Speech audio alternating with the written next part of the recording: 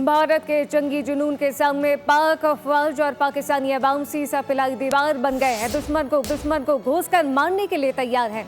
इस वक्त हैदराबाद में इरफान अराई मौजूद है। तफसीलात उनसे जानते हैं। इरफान, बताइएगा।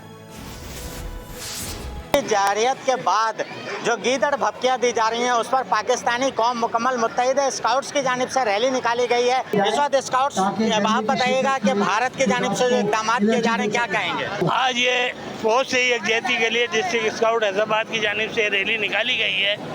हिंदुस्तान ने जो ज़बरदस्ती हम पर जंग थोपने की कोशिश की है, उसके लिए हमारे स्काउट बच्चे और तमाम लोग तैयार हैं। इसके लिए सिंताज माहिदा उसने जो किया है, उस जालिमाना हरकत, वो भी उसकी नाकाम होगी, उसको मुंह को खानी पड़ रही है।